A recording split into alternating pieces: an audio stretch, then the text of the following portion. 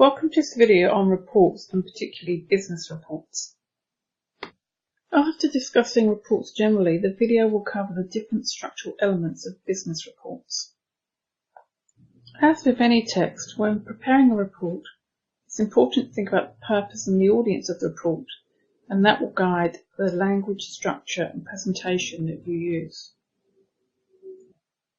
There are different types of reports with different purposes and audiences, and for each type of report, the language, structure and presentation will vary.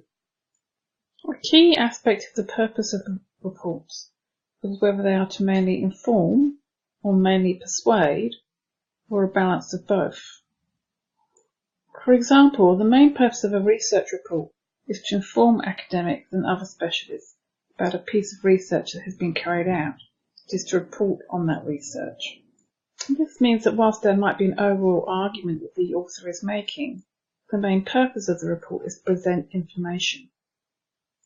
In contrast, a problem-solution report, which is much more typical in business, is more likely to require the identification of solutions and making recommendations, so it needs to have more emphasis on persuasion. However, this will be backed up with convincing information, so analysis and identification of the problem. Reports in business are often problem-solution reports. Business reports have a specific, recognisable structure. Writing a business report is a typical assessment task for students in business and economics. If you follow the link on this page, you can see an example written by a student at UTS. You will notice that this example has some, but not all, of the elements listed on this slide.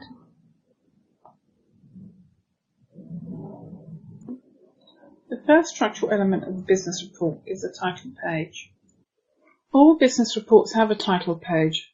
The requirements at university might vary slightly from in the business world. The title page generally covers who the report was prepared for, the title of the report, the name of the author, as well as the date of submission. Longer business reports have a table of contents, but it's a good idea to get into practice doing these even for shorter business reports. The advantage of a table of contents is it makes the structure of your report explicit to you as well as your reader. The table of contents lists the section and subsection of your report. This means you have to divide your report into sections at 1, 2 or even 3 levels, but don't go beyond that. In the table of contents, the subsections will be indented. We need to provide the title for each section and subsection, as well as the page numbers. Always worth double checking that the page numbers are accurate. A feature of longer and more complex reports is that they may have lists of tables and other figures. These lists are shown separately to the table of contents. A less common figure of business reports is a list of abbreviations or a glossary. Again, these are more typical in longer reports than shorter reports, and will depend on the extent of the abbreviations you've used and the degree of technical terms. Executive summaries are a typical element of business reports, unless the report is very short. If you're not sure, it's safer to include an executive summary than to leave one out. An executive summary should give an overview of the whole report, so it needs to summarise each section, but very briefly. If the report includes recommendations, sometimes these are included in the executive summary. If there is an executive summary, it is always the first item in the report, so it comes immediately after any table of contents or list of figures or glossaries. A business report will generally include an introduction immediately after the executive summary. This section will generally be called Introduction to show the reader what the section is. The introduction will introduce the topic and provide background. It will also explain the significance of the topic and identify the problem. As with the introduction of an essay, the introduction of a report will provide an overview of what is to come so the reader knows what to expect, and it may also define important terms used in the report. The body of the report itself will be broken down into elements, so it will have its own structure but this structure will depend on the content of the report. Unlike an essay, the different sections and subsections will have headings, and these headings will be numbered. The headings and subheadings must be meaningful in that they must make the structure of the body of the report explicit to the reader.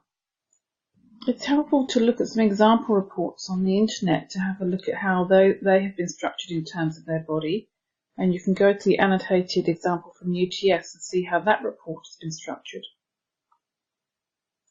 Business reports may also include tables and figures such as graphs and diagrams in the body. If these features are included, they must be labelled with a number and a title, sometimes called a caption. And it is these numbers and titles that will be used to create the list of tables or figures if there is one. If tables or figures are used in a report, they must be referred to in the text of the report. So this is sometimes called a data commentary.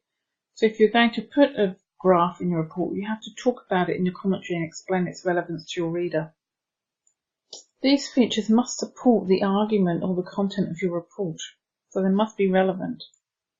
After the body of the report comes the conclusion element. As with the executive summary and introduction, the word conclusion is used as a title.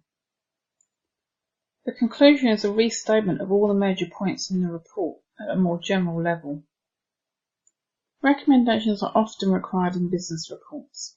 Again, recommendations should be used as the title to clearly indicate what the section is about. The report section is generally very succinct and really just lists the future actions arising from the report. However, these actions must be supported by the body of the report, so they might be linked to the problem, the analysis, the solutions that you may have discussed in the report, or the evaluation of these solutions. Most reports will require a reference list or bibliography unless you've used some kind of footnote system through your report to reference your sources. Remember, a reference list is the sources that you've actually referred to or cited in the report. A bibliography is all the sources you may have looked at but you haven't necessarily referenced or cited them. Business reports may also include appendices. The purpose of the appendices is to present information that actually, if you put it in the body of the report, would be too long and would disrupt the flow of the report. Each appendix should be numbered and given a title. You will use this number and title when you refer to the appendix in your discussion in the body of the report. If you don't refer to the appendix in the body of the report, then you don't need to include it. So only include appendices that you do refer to. So whilst there's many different types of reports for different purposes and audiences with different structures, the business report has a very specific and typical structure. Whilst not all of the elements are necessary for every report, you need to consider whether each one and whether it's necessary for the business report you are writing. Some elements such as a title page, the executive summary, an introduction, body and conclusion will be required for all reports. Other elements such as the table of contents, list of abbreviations, recommendations, references and appendices will depend on the report you're writing.